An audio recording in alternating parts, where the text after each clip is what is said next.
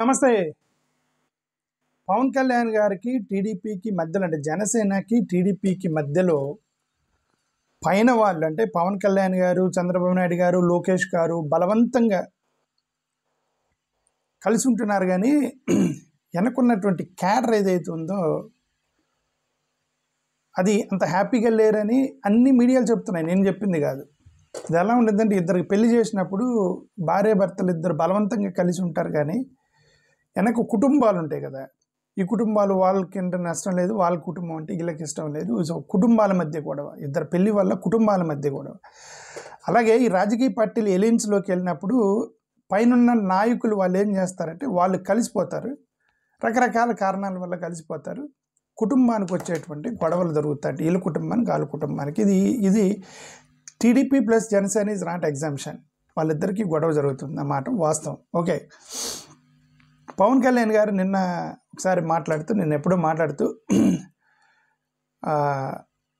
మనం కలిసి ఉంటున్నాం కానీ పైన మా క్యాడర్కి మీరు గ్రౌండ్ లెవెల్లో మీరు క్యాడర్కి చెప్పలేదు, క్యాడర్ వాళ్ళు కోఆపరేట్ చేయట్లేదు అని ఒక ప్రసంగం చేయడంతో చంద్రబాబు నాయుడు గారు ఇన్ఛార్జ్ మంత్రులకి ఆర్డర్ ఇచ్చారట, మీరు కింద క్యాడర్ మొత్తాన్ని సెట్ చేయండి, మీరు ఏమైనా కాన్ఫ్లిక్ట్ వస్తే మీరు మాట్లాడండి అని చంద్రబాబు నాయుడు గారు చెప్పారట.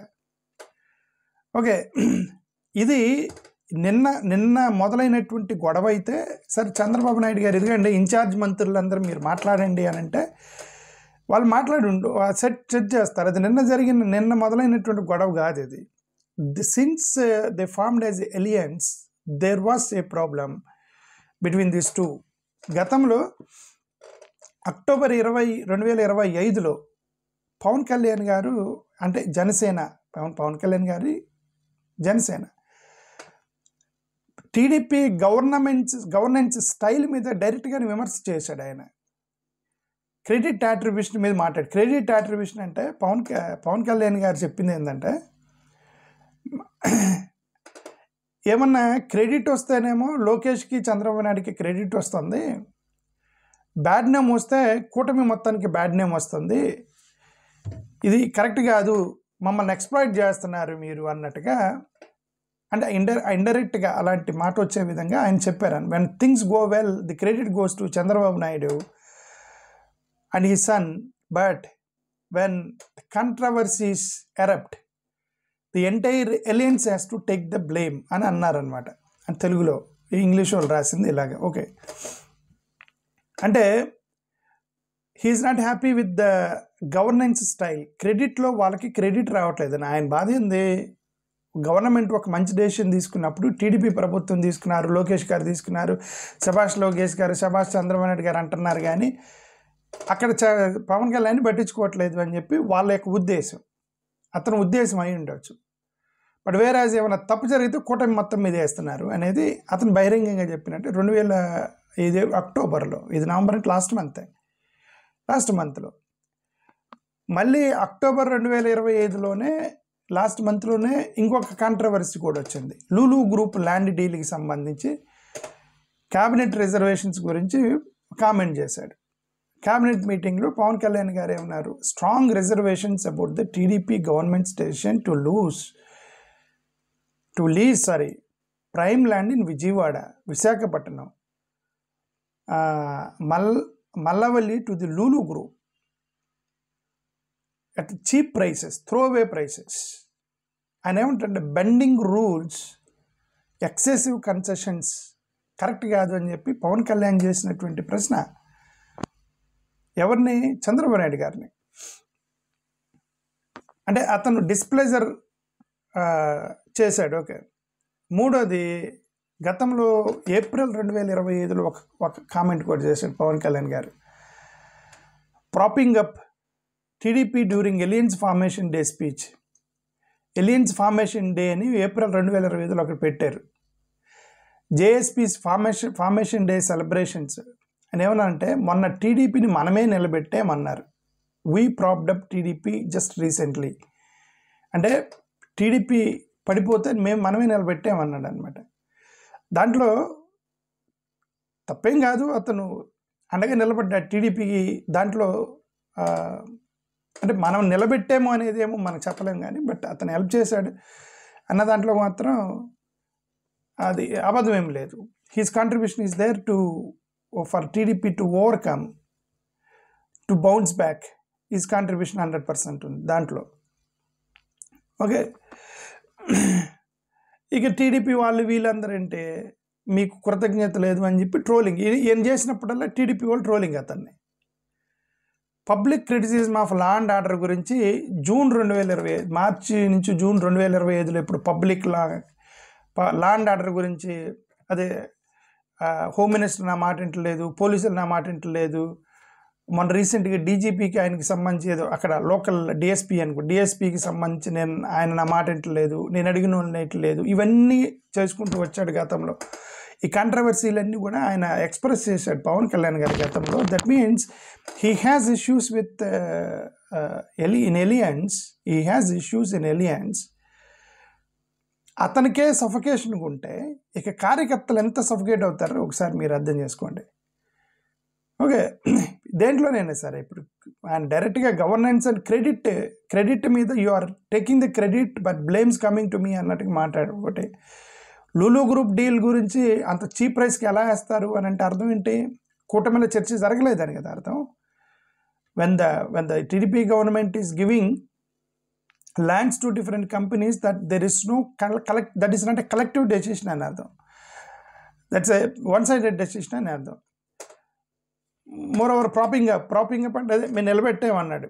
టీడీపీని మేమే నిలబెట్టామంటే కోపం వచ్చింది టీడీపీ వాళ్ళందరికీ సంబంధించి. లా అండ్ ఆర్డర్కి సంబంధించి చాలా కామెంట్లు చేయటం, ఇవన్నీ కూడా ఏంటంటే these are all the reflections that Pawan Kalyan is not happy with alliance. He may be happy with alliance, he's maybe happy or no happy.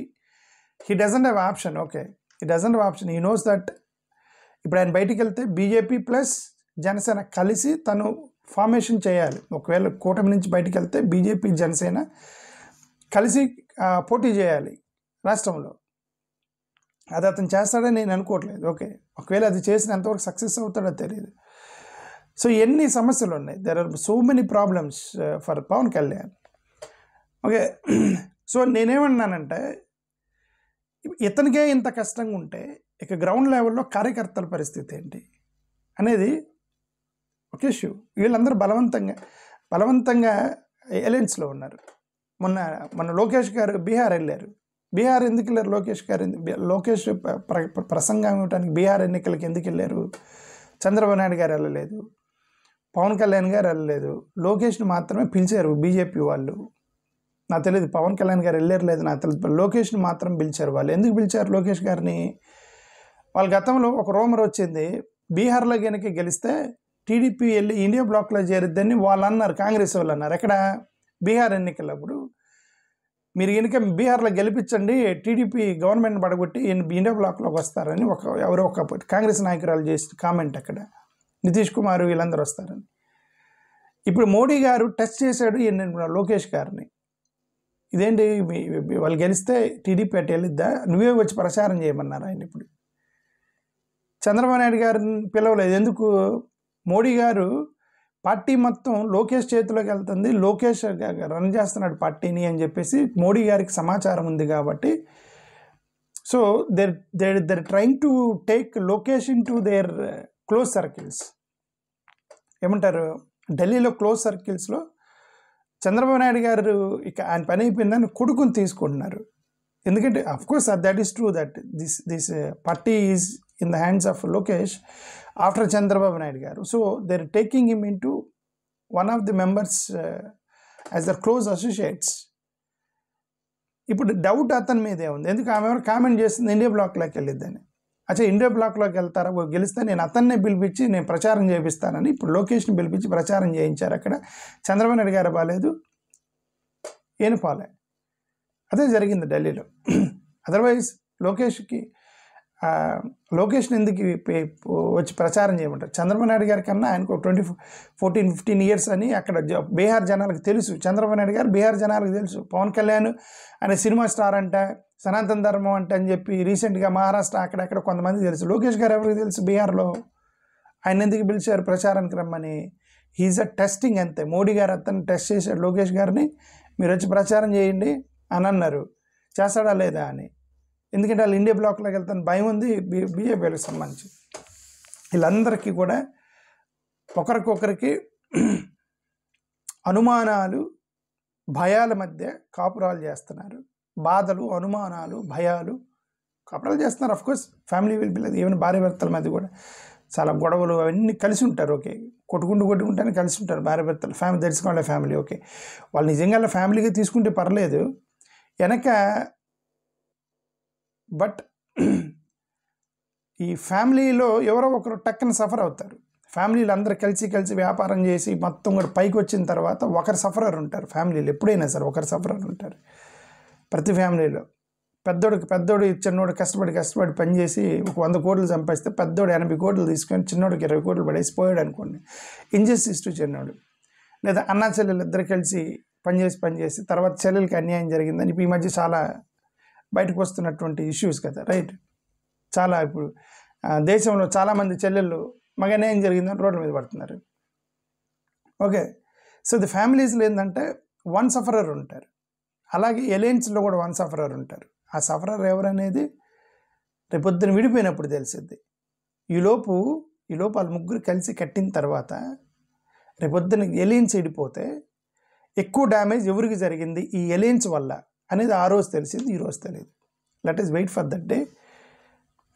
Who is actually the loser, who is the gainer in this alliance when they split. That time we'll let us assess again. Thank you. Namaskar.